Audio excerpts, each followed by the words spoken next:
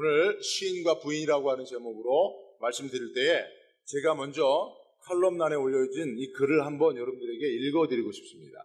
그래야 오늘 설교의 대략적인 의미가 무엇인지 한번 여러분들 알 수 있을 것 같아서 여러분 칼럼란에 있는 주보에 있는 칼럼란을 좀 보시고요. 제가 한번 내용을 읽어드리겠습니다.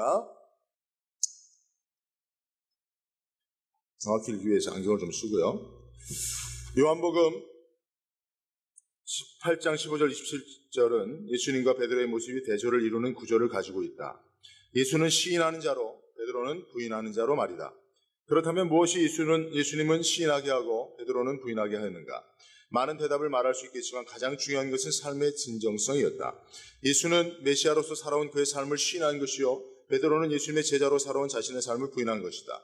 이로써 예수와 베드로가 얼마나 진정성 있게 그들의 삶을 살아왔는지를 알 수 있다.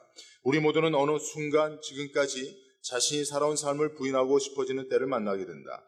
그 순간에 시인과 부인의 갈림길에서 내가 무엇을 선택할지는 내가 살아온 삶에 대한 나의 평가가 결정적인 영향을 미치게 된다. 내가 진정성을 가지고 살아온 삶을 내 자신 스스로가 부인할 수 없다면 어떤 위협과 위험 속에서도 나는 시인할 것이요, 내가 살아온 삶을 내 자신 스스로가 쉽게 부인할 수 있다면 작은 위협과 위험 속에서도 나는 부인할 수 있을 것이다. 우리는 반드시 한 번은 그 순간을 맞이하게 된다. 베드로와 같은 인생의 어느 한 위기의 순간일 수도 있겠지만 누구든지 하나님의 심판대 앞에 서는 순간이 바로 그 순간일 것이다. 그때 우리는 내가 살아온 삶의 진정성을 통해 시인 또는 부인을 하게 될 것이다. 지금까지 살아온 삶을 통한 내 고백은 시인일지 부인일지를 깊이 생각해보자. 그리고 마지막 순간에 우리는 다 하나님 앞에 예수님처럼 당당히 제자로서의 삶을 시인할 수 있기를 바란다. 그래서 제가 주보에 실어놓은 그런 오늘 설교의 대략적인 내용의 칼럼입니다. 의미를 좀 아시겠죠? 그래서 설교를 좀 더 하는 것입니다. 다음은 설교를 안 해도 되겠죠? 성경은요, 시인과 부인을 매우 중요한 주제로 다루고 있습니다. 로마서 10장 10절을 보면 사람이 마음으로 믿어 의에 이르고 입으로 시인하여 구원에 이른다. 성경에 있어서 구원의 문제는 시인과 연결되어 있습니다. 빌립보서 2장 11절에 보면 모든 입으로 예수 그리스도를 주라 시인하여 하나님 아버지께 영광을 돌리게 하셨느니라 했습니다. 여기서도 보면 하나님 앞에 영광 돌림 무엇을 통해 가능합니까? 시인하는 삶을 통해서 가능한 겁니다. 이와 같이 기독교 신앙에 있어서 입으로, 즉 말로 시인하는 것은 영혼 구원의 문제, 하나님께 영광 돌리는 삶의 문제에 있어서 아주 결정적인 중요한 요소라고 하는 사실을 알아요. 그래서 하나님은 시인하는 자에게 다음을 약속하셨습니다. 마태복음 10장 30절에 보면 누구든지 사람 앞에서 나를 시인하면 나도 하늘에 계신 내 아버지 앞에서 그를 시인할 것이요. 아울러 부인하는 것은 시인하는 것이 중요한 만큼 크게 부정적으로 성경에 기록되어 있는데 마태복음 10장 33절을 보면 누구든지 사람 앞에서 나를 부인하면 나도 하늘에 계신 내 아버지 앞에서 그를 부인하리라. 예수님의 말씀인 줄로 믿습니다. 여러분, 예수님이 언제 너희들이 나 사랑 안 하면 나도 너 사랑 안 해, 이렇게 말씀하신 적 있어요? 예수님의 사랑은 기브 앤 테이크의 사랑이 아니에요. 일방적인 아가페의 사랑입니다. 희생적인 사랑입니다. 그런데 시인하고 부인하는 문제에 있어서는 너희가 나를 시인하지 않으면 나도 너희를 시인하지 않겠다라고까지 말씀하셔요. 예수님을 부인하면 나도 너희를 부인하겠다라고.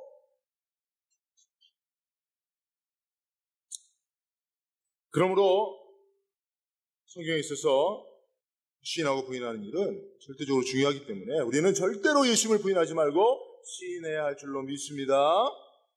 자, 그런데 우리가 정말 어떤 상황 속에서도 예수님을 부인하지 않고 시인할 수 있을까요? 어렸을 때 제가 이렇게 배웠던 이야기 중에 책에 보면 꼭 이승복 어린이 이야기 나옵니다. 이승복 어린이. 기억하세요? 무장공비에 의해서 나는 공산당이 싫어요. 그러다가 입이 찢겨 죽임을 당했다 그랬잖아요. 물론 그 후에 그것이 자신이 아니냐는 논란이 있습니다만 그게 중요한 게 아니고 그 어린이가 그죠? 공산주의를 부인하고 공산당을 부인하고 그죠? 물론 민주주의를 시인하고 그런 건 아니겠습니다. 어쨌든 한국을 시인하고 북한을 부인한 거잖아요. 죽음 앞에서도 그렇게 한 거잖아요. 그죠? 캐시 버넬 이야기를 여러분 아시는지 모르겠습니다. 20세기 마지막 순교자라고 이렇게 불리우는 그런 책이 있는데요. 거기 보면 1999년 4월 20일 날 미국 컬럼바인 고등학교에 남자 학생 2명이 총을 들고 난사를 하기 시작했어요. 아이들을 죽이기 시작했어요. 그리고 무려 13명이 죽었어요. 근데 그 중에 한 명이 이 자매인데 그 목격자들의 증언에 의하면 아이들이 이 자매가 믿음이 좋은 자매였어요. 회심했습니다. 청소년 캠프에서. 회심해서 막 놀다가 일진이었다가 기독교 신앙을 잘 가지고 신앙생활하니까 그걸 알고 있었던 학생이었나 봐요. 네가 예수를 부인하면 널 살려주겠다. 너 예수를 믿느냐? 너 예수를 믿느냐? 그러니까 얘가 뭐라고 그랬어요? Do you believe in Jesus? 그러니까 Yes. 빵! 그 이후로 그걸 목격했던 많은 학생들이 하나님 앞에 돌아오고 신앙생활을 했다는 얘기인데 어쨌든 그런 상황이 지금도 있었단 말이에요. 그죠? 여러분 만약에 지금 누가 총을 들고 와서 누굴까요? 공산당일 수도 있을 거고 아니면 이슬람 과격분자들 하늘교회가 전 세계에 미치는 이 복음적 영향이 크다는 소문을 듣고 IS가 이 테러 킬러들을 파견했어요. 그래서 이제 거기서 딱 이제 곧 들어옵니다, 여러분. 들어와서 여러분들 한 사람 한 사람에게 예수를 믿느냐? 믿음을 시인하면 죽이고 부인하면 살려주리라 했을 때 우리 가운데 누가 믿음을 시인하겠어요? 여러분들 가운데 정말 믿음을 시인할 수 있는 사람 있어요? 자신 있게 난 시인할 수 있다. 예. 나는 잘 모르겠다. 가봐야 한다. 여러분 정말 저도 궁금하더라고요. 저도 제 자신에게 대해 궁금하더라고요. 아마 여러분들이 있으면 저는 마지못해 시인하고 죽을 거예요. 여러분들이 보고 있으니까. 근데 아마 혼자 있을 때 원래 불러갖고 원래 이제 목양실로 불러서 너는 담임 목사니까 개인적으로 물어볼게. 그러면 내가 뭐라고 대답할지 잘 모르겠어요. 여러분 정말 누가 시인하고 누가 부인할까요? 누가 시인하여 믿음으로 죽음을 선택하고 누가 부인하여 베드로처럼 살아나겠습니까? 그 해답이 오늘 본문에 있어요. 성경에 기록되어 있는 겁니다. 그래서 오늘 성경을 여러분들과 함께 생각해 보고자 하는 것입니다. 여러분 먼저는 예수님께서 신문을 받고 계십니다. 시인하고 부인함에 따라서 예수님도 살고 죽는 상황이에요. 이때 예수님은 시인하고 있습니다. 시인하면 죽지만 시인해버렸어요. 왜 예수님은 이 죽음 앞에서 시인할 수 있었는가? 어떻게 예수님은 시인하고 죽음을 선택할 수 있었는가? 정답은 이렇습니다. 메시아로서 살아오신 예수님의 삶을 예수님 자신은 부인할 수 없었기 때문입니다. 좀 더 구체적으로 말씀드리면 19절 보면 대장이 예수님께 신문합니다. 아닙니다라고 부인하면 살 수 있어요. 그러나 예수님은 그럴 수 없었어요. 어째서일까요? 20절과 21절을 읽어보겠습니다. 시작.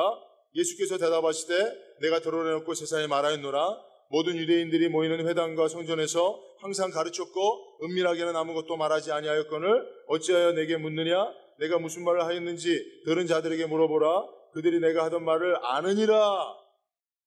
예수님의 이 말씀을 통해서 보면 예수님의 삶은 이미 다 드러나 있었어요.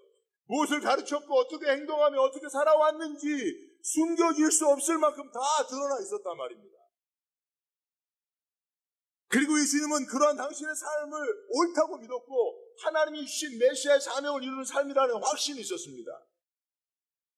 즉 예수님은 당신이 살아온 삶을 통해 당신의 메시아 됨을 증명하고 사셨다는 거예요. 그러니 부인할 수 없는 거예요. 보다 정확히 이야기하자면 예수님이 부인해도 부인될 수 없는 게 예수님의 삶이었다는 거예요.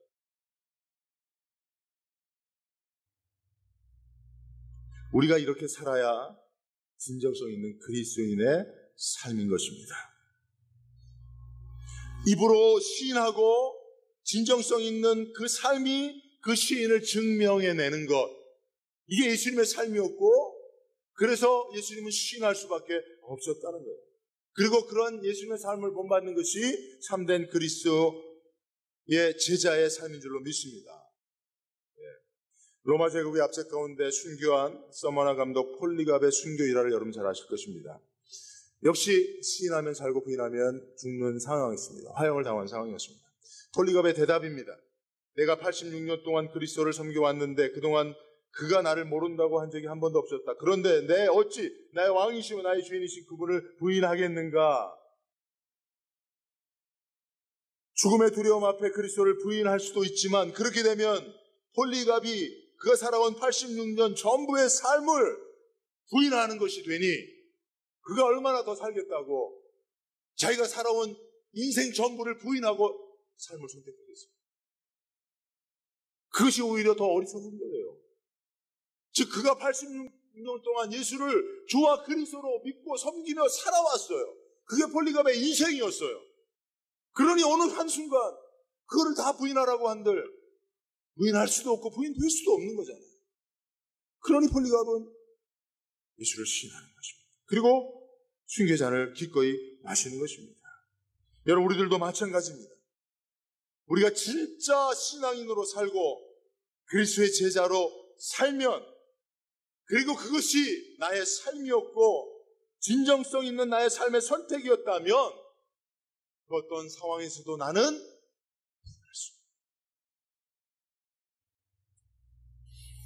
이것이 오늘 예수님의 시인님들에게 가르쳐준 교훈입니다. 자, 그러면 부인한 베드로의 모습을 살펴보겠습니다. 17절에 보니까 너도 이 사람의 제자 중 하나가 아니냐? 그가 말하되 나는 아니다. 25절에 또 같은 질문을 합니다. 너도 그 제자 중 하나가 아니냐? 베드로가 부인하여 이르되 나는 아니라. 26절에 내가 그 사람과 함께 동산에 있지 아니하였느냐? 27절에 이에 베드로가 또 부인하니 곧 발기 울더라. 여러분, 베드로가 이렇게 3번이나 다른 성경에 보면 저주까지 합니다. 욕까지 합니다. 그렇게까지 부인한 이유가 무엇입니까? 이 베드로의 부인을 통해서 우리는 지금까지 베드로가 3년 반 동안 살아온 예수님의 제자의 삶을 얼마나 진정성 있게 받아들이고 있는지에 대해서 주목해 볼 필요가 있습니다. 만약 베드로가 정말 예수의 제자로 진정성 있는 삶을 살았고 또 그것이 자신의 존재 가치의 대부분을 차지하는 것으로 스스로 인정하고 있었다면 이렇게 쉽게 변하지 못했습니다. 손사래를 치면서 저주하면서 욕하면서까지 예수를 부인할 수가 없었어요. 머뭇거렸겠죠. 주저했겠죠. 더듬거렸겠죠. 그러나 보십시오. 성경은 베드로는 아무렇지 않은데 제자냐? 아니야. 함께 있었느냐? 아니야. 예, 제자였죠. 제자로 부름을 받았죠. 함께 있었죠. 그러나 베드로가 그 제자의 삶을 정말 생명 같은 가치로 여기고 나는 이제 어부가 아닌 제자야 하고 그 삶을 살아왔다면 어떻게 쉽게 자기가 선택한 그 진정직한 삶의 선택을 부인할 수 있겠냐.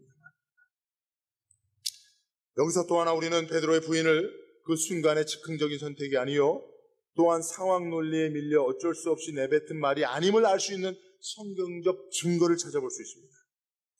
요한복음 21장 1절과 3절 말씀을 제가 읽어드립니다. 그 후에 예수께서 디베랴 호수에서 또 제자들에게 자기를 나타내셨으니 나타내신 일은 이러하니라. 시몬 베드로가 나는 물고기 잡으러 가노라 하니 그들이 우리도 함께 가겠다 하고 나가서 배에 올랐으나 그날 밤에 아무것도 잡지 못하였더니 했습니다. 이미 부활하신 예수님은 제자들에게 나타나셔서 부활의 확실한 증거를 여러 차례 보여주셨습니다. 그러나 베드로는 부활하신 예수님을 만난 이후에도 예수님 만나기 이전 생업의 현장으로 돌아가고 있는 것을 볼 수가 있습니다. 그래서 어부의 생활을 시작하기로 선택했습니다. 그런 베드로를 예수님께서 다시 찾아오십니다. 이 디베랴 바다가 바로 갈릴리 호수를 얘기하는 것인데요. 그리고 예수님께서 베드로에게 찾아오시는데 어떤 모습으로 찾아오시냐 하면 베드로를 처음 찾아왔을 때 그 장면을 재현하시면서 예수님이 찾아오셨어요. 누가복음 5장에 보면 베드로가 밤새 고기를 잡았는데 허탕을 쳤어요. 그때 예수님이 찾아오셔서 베드로에게 말씀하십니다. 그리고 베드로가 예수님의 말씀에 순종해서 그물을 내려서 만선이 되어 돌아옵니다. 그리고 그때 베드로가 예수님에게 엎드려 이렇게 고백합니다. 누가복음 5장 8절에 보면 시몬 베드로가 이를 보고 예수의 무릎 아래에 엎드려 이르되 주여 나를 떠나서 나는 주인으로소이다 하고 고백하는 장면이죠. 예수님이 지금 오늘 요한복음 21장에 부활의 예수님을 경험하고도 다시 생업 현장으로 어부의 생활로 이전으로 돌아가려고 하는 베드로를 찾아오셔서 처음 베드로를 제자로 세워 불러주실 때 장면을 회상해 하시는 거예요. 21절, 요한복음 21절은 그렇게 되어 있습니다. 이러한 예수님의 행동은 베드로를 다시 제자로 세워 그의 삶이 예수의 증인되게 하려 하시기 위함입니다. 아멘이죠? 네. 자, 이것을 반대로 얘기하면 베드로는 언제든지 예수님을 떠나면 나는 다시 갈릴리 바다에 가서 고기 잡으며 살면 돼. 아니면 말지 뭐.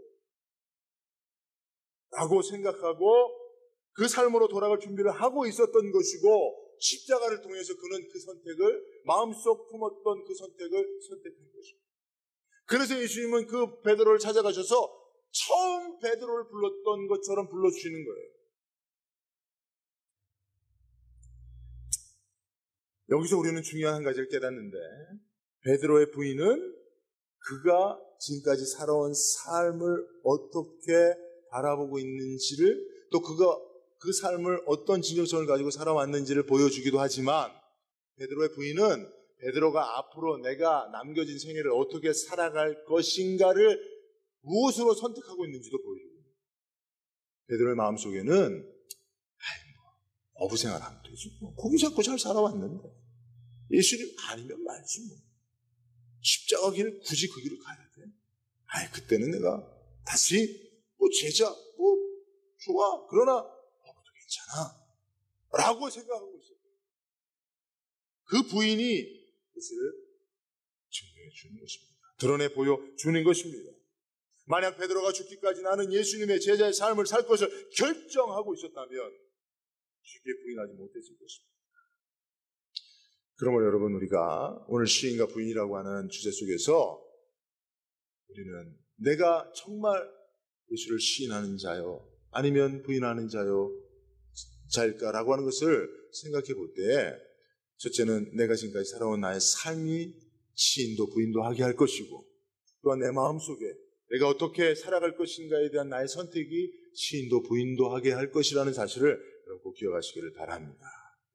죽기까지 예수의 제자로 살 사람은 천국에까지 예수의 제자로 살기로 작정한 사람은 어떤 상황 속에서도 부인할 수 없는 거예요. 그러나 예수 이름의 길부터 한번 잘 살아보려다가 또 다른 곳에 더 잘 살 수 있고 성공할 수 있는 길이 있으면 금세 그곳으로 달려갈 자들은 쉽게 예수를 부인할 수 있게 된다는 것입니다.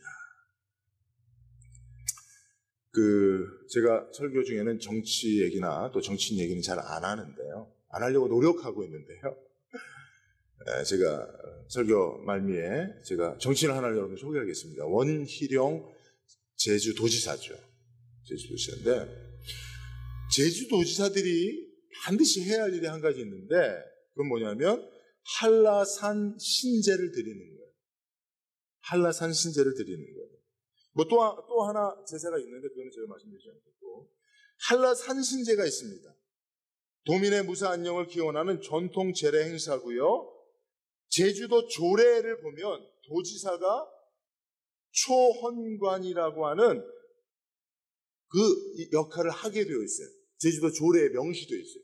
초헌관이라고 하는 것은 뭐냐면 그 한라산 신제의 첫 번째 술잔을 올리는 제관이에요. 얼마 전에도 그 산신제가 있었습니다. 그리고 이 한라산 산신제를 제단은 산제단은 제주도 진영 기념물입니다. 그래서 이전 모든 도지사들이 다 그 역할을 했어요. 근데 원희룡 도지사는 거절했습니다. 거부를 했어요. 왜 거부를 했냐? 종교적 신념 때문에 자기는 할 수 없다라고 얘기했다고 합니다. 원희영 도지사가 독실한 기독교인이에요. 그의 정치적인 신념이나 이데올로기는 제가 말하는 게 아니에요. 그의 신앙생활을 말해요. 여러분, 우리가 다 알기로 원희영 도지사는 그 여당의 잠재적 대통령 후보군입니다. 대통령을 꿈꾸는 정치인이에요.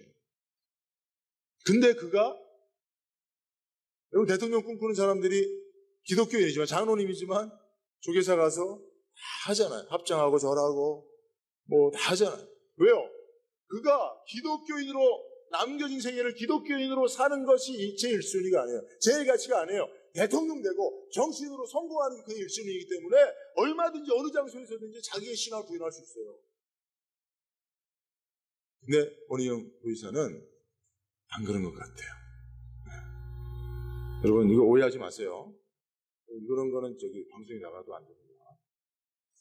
제가 말하는 거는 시인과 부인이라고 하는 관점 속에서 말씀드리는 거예요. 만약 원희영 한 정치인이 그가 남겨진 생애에 꼭 이루고자 하는 정치적 야망과 욕심이 있다면 그것 때문에 오늘 그는 시인도 부인도 할 것입니다.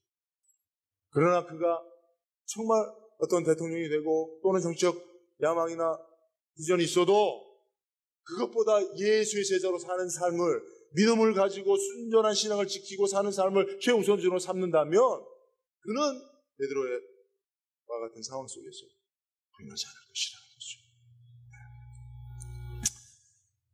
말씀을 맺도록 하겠습니다.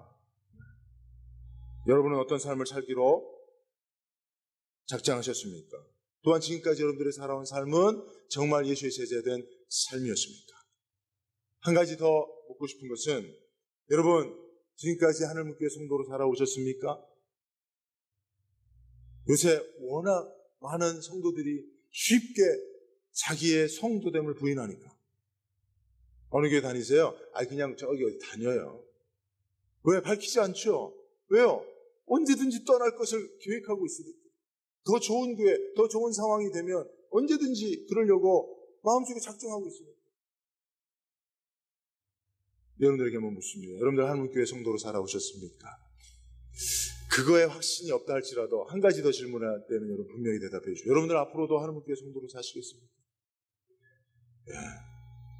제가 안신령 맞아서 좀 이렇게 교회차를 비니까 성도들이 불안한가 봐요. 목사님이 어디 멀리 도망가는 거 아닌가. 저는 지금까지 하늘문교회 목사로 살아왔고요.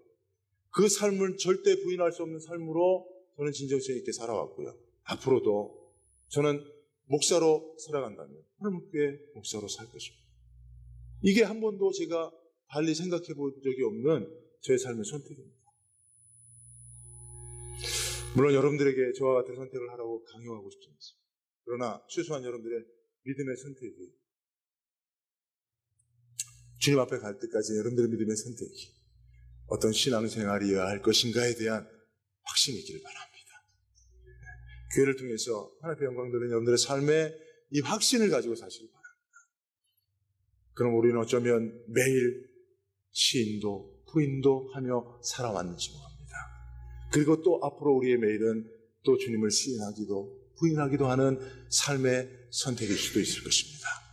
오늘 말씀을 통해서 여러분 베드로 같지 않고 정말 주님처럼 꼭 여러분들의 모든 삶을 통해 여러분들의 모든 미래의 비전을 통해서 주님을 믿음을 시인할 수 있는 저와 여러분들 될 수 있도록 주님의 이름으로 축원드립니다.